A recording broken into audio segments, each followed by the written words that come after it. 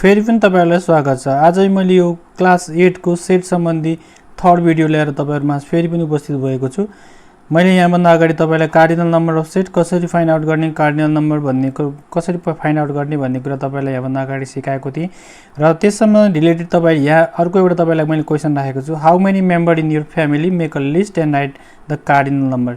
So तपाईको परिवारमा कति जना मान्छे हुनुहुन्छ, जस्तै brother sister, elder brothers, elder sister, mother father, uncle aunty, how many member in your write make a list there and write how many all together. So कतिवटा जतिजना हुनुभयो सबै कतिजना हुनुभयो त्यसको काउन्ट गर्नुस् अनि नम्बर लेख्नुस्। मानौ 5 6 7 कतिजना हुनुभयो त्यो लेख्नुस्। त्यसलाई नै भन्छ कार्डिनल नम्बर।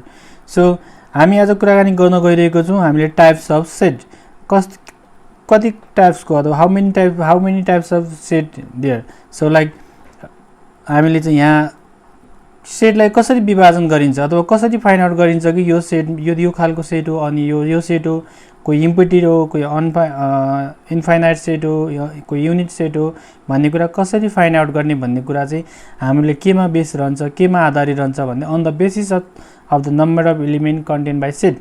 त्यो सेटमा भएको नम्बरको एलिमेन्टहरुले अनि त्यसको आधारमा मात्रै हामीले थाहा पाउँछौं कि यो सेट यस्तो हो भनेर।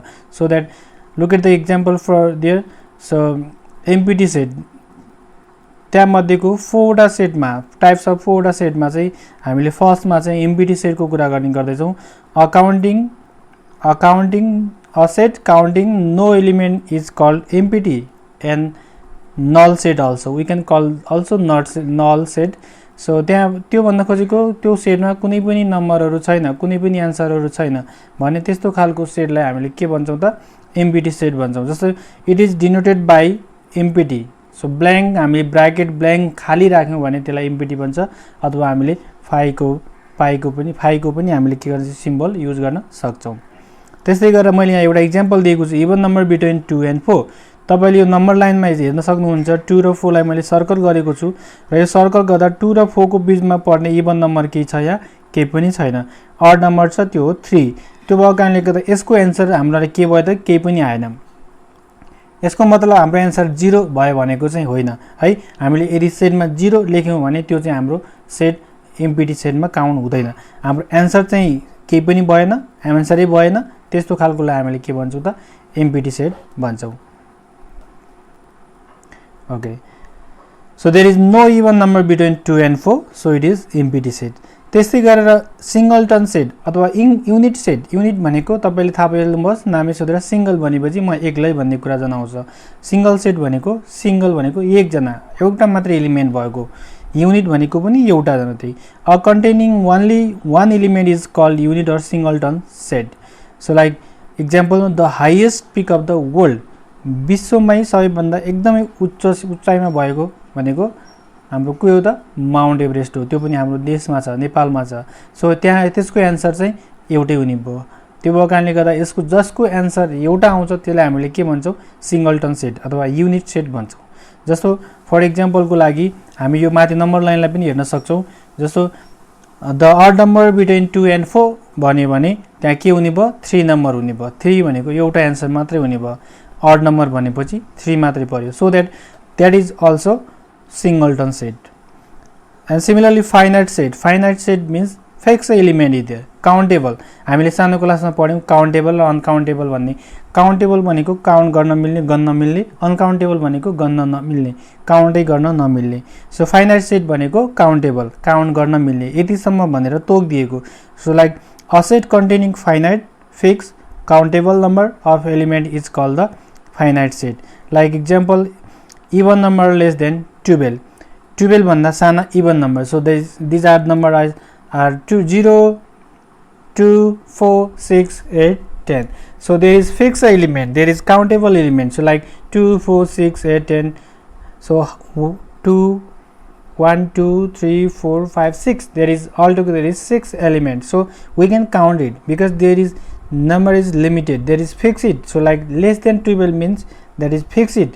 काउन्ट गर्न सकिन्छ भनेर भनेको छ। त्यो 12 भन्दा सानो नम्बर भनेको हामीले काउन्ट गर्न मिल्न सक्ने नम्बर हो, त्यही भएर even number. It is the set of even number less than 12 are 0 2 4 6 8 10. There is fixed element we can count so that we can call it is finite set. So like similarly infinite set, it is just opposite of finite set. So infinite set we just see their fixed element, but in the infinite set there is no fixed element, there is uncountable, we cannot count how many number is there, there is infinite number. So like containing infinite or not fixed uncountable number element, so it's called the infinite set. So like example, set of natural number. So look at the natural number list, 1 2 3 4 5 6 7 8 9 10 11 12. How many numbers we can count? We cannot count it, there is no fixing number, so there is not fixed number. So like we cannot calculate count it, हामीलाई त्यहाँ जति पनि भनिदिएको छ त्यही भएर हामीले यसलाई काउन्ट गर्न सक्दैनौं, कति हो कतिसम्म गर्ने त्यो हामीलाई लिमिट भएन. So that it is infinite set. It is the set of natural starting from the natural number starting from the 1, but it is not end, कहीं पनि end भएको छैन. So we can finish the count.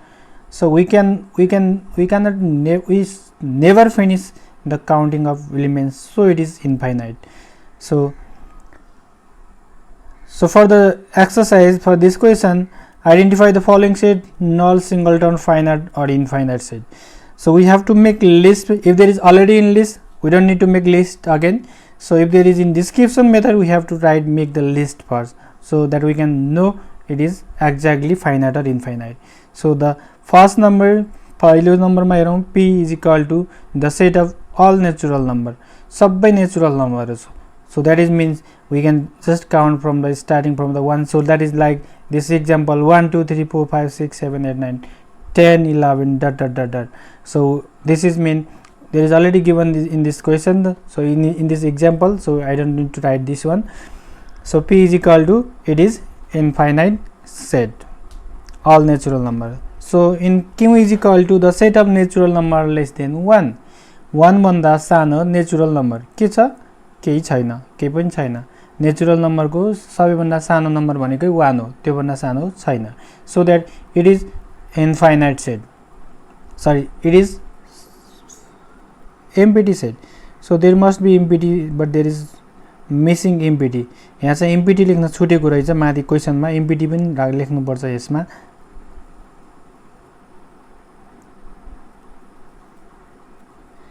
हामीले empty set पनि पत्ता लगाउनु पर्ने भएको कारणले गर्दा, sorry, empty and null means that is the same, तर हामीले empty पनि सँग लेख्यो भने राम्रो, empty अथवा null, confusion हुन होला भनेर.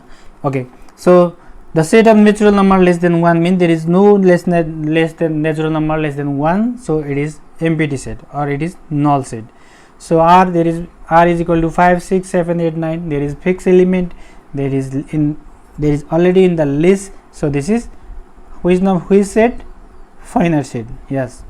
The set of odd number, you know, the set of odd number means we just count from the 1 3 5 7 9, but there is not fixed, is not limited element, so we cannot count, it is uncountable, there is no fixed element, so that it is infinite. The set of odd number between 5 and 6. So between 5 and 6, you can look at this number line. यो number line मा तपाईले हेर्न सक्नुहुन्छ odd number 5 र 6 को बीचमा पर्ने केही odd number छ ते छैन. So that it is, we said yes, this is null set.